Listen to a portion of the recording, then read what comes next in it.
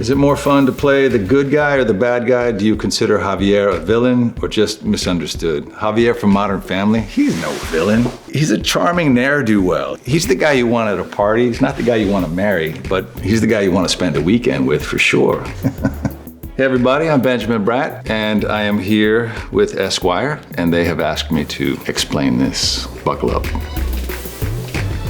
Bullock sees to Bratt's bruises. Movie star Benjamin Bratt was knocked out by Sandra Bullock on the set of his new movie, Miss Congeniality, first by her wrestling prowess and then by her caring side. I love working with Sandy. I mean, Sandy is as lovable off screen when you get to know her as she is on screen. So this was a tough day though, because, you know, she didn't hold back. She really gave me a beating. I remember I had a cold, so I already had kind of a fever going, wasn't feeling great. And we shot this wrestling mat scene, I think over the course of at least 6 hours. The end of the choreographed sequence has her doing a leg sweep, knocking me off my feet. And then of course, thinking I could, sustain anything, I threw myself up in the air and landed hard on the ground, probably, I don't know, a dozen times. And when I got home that evening, literally could not move. So she very generously sent a massage therapist to my room, and all was forgiven. Will we see Jonathan Pangborn again in the Marvel Universe? Hey, I hope so. I'll tell you this though, I am not in the sequel to Doctor Strange.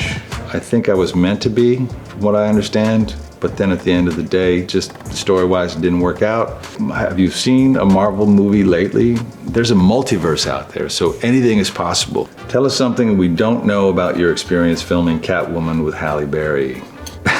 All right, this is a doozy right here. So my character takes her character out on a first date and they end up going to a sushi restaurant. You get it? She's a cat. We're going to eat raw fish. It's like a thing for her. So in this scene, I'm eating at my usual pace, but she is ravenous for this raw tuna. And when it comes around onto my coverage, she's off camera completely. But Halle, God bless her, she's such a dedicated actor. She keeps consuming the food. And I said, Halle, you don't have to do that. You could just mime it. It's totally cool. She goes, no, I really want to make it real for you. Well, this wasn't really sushi that she was eating. This was rice with colored plum. But at the end of the day, it's rice. And she ate probably 20 balls of sushi rice shooting this scene. And I'm not telling tales out of school because she actually told this story on Oprah when we went to promote the film. She went home apparently that night and woke up the next morning considerably plugged up, and she had to have her trainer come over, rubber glove, and give her a hand. That's a real story. You can ask her about it, and that's not a secret. Okay, it's a headline from Deadline. DC Comics DMZ, Benjamin Bratt joins HBO Max pilot from Ava DuVernay. Were you familiar with DMZ before landing the role? So I wasn't familiar with the graphic novel, which, as I've learned, came out in 2005, in part in reaction to the US's military presence in the Middle East. So I played Marco Delgado. He is the leader of the Spanish Harlem Kings. He's a charmer. He's an emotional manipulator. He's a man of the people. But at the end of the day, he's an autocrat, and he's extremely dangerous. He will do anything he can to maintain that power. I took so much time in answering that the screen went away.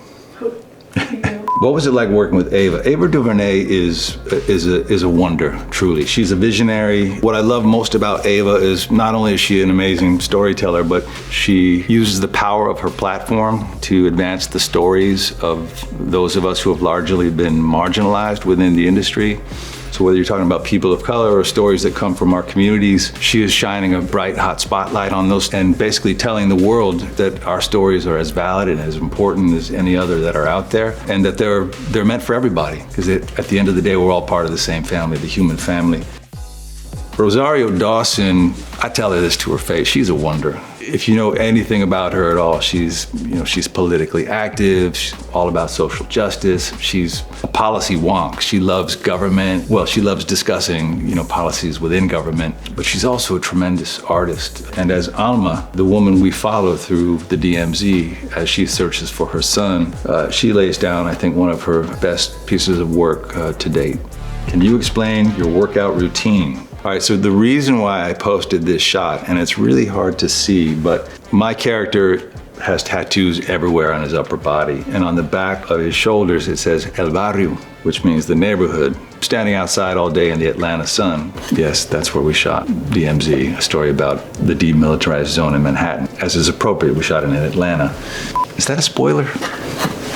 The sun burned my shoulders, and where essentially the decals or the tattoos were, it left the skin untouched.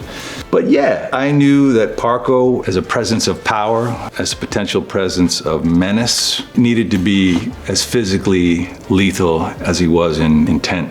So I hit the gym. I wanted to make him a physical presence, and this is perhaps a reflection of that. Do you have a favorite memory or episode from your time on Law and Order? Jerry Orbach. It's my favorite memory. Every minute with him.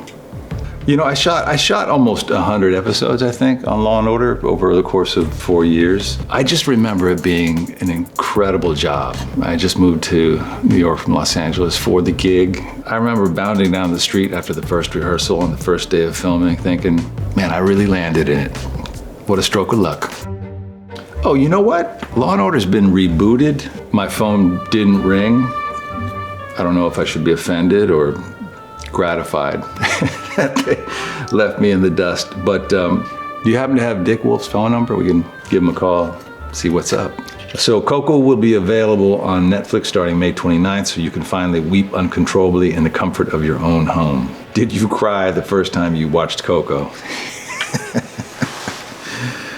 I cried the first time, I cried the second time, I cry when I walk into a room and someone else is watching the movie. Listen, this film is something I'm so incredibly proud of because it really sought to be an authentic representation of the cultura. And there are countless people within my community, within my family, who are not necessarily of Mexican descent, but are of part of the Latino culture. And we recognize these characters. It's something that is really moving, actually, you know, to be a part of something that had a global presence like that. Okay, your character, Dr. Jake Riley, married to Dr. Addison Montgomery in Private Practice finale. Where do you envision them today? Any chance we'll see you on Grey's Anatomy after Addison appeared earlier this season? I didn't even know that she appeared. That was a really, really great group of actors to work with, and the list is long, but are they still together? Is Jake Riley and Addison Montgomery still together? It is LA, after all. I wonder if they made it through the pandemic. If they did, they probably adopted. All right, well, I hope this was as fun for you as it was for me. No real surprises, but kind of a nice glance looking back. It's been a fun career. More to come, though, I promise.